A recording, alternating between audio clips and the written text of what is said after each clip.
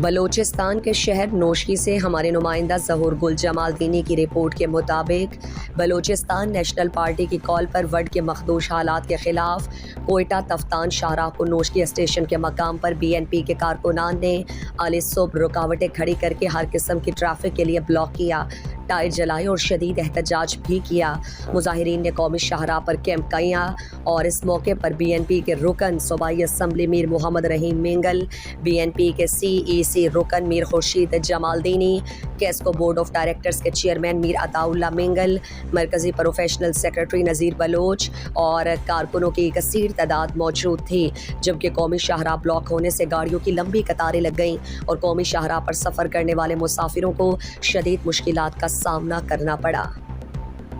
مزید دلچسپ معلومات اور خبروں سے آگاہ ہونے کے لیے Gedrosia point Facebook page, Instagram, Twitter کو فالو اور یوٹیوب چینل کو سبسکرائب کریں۔ بیل آئیکن بٹن دبانا نہ بھولیں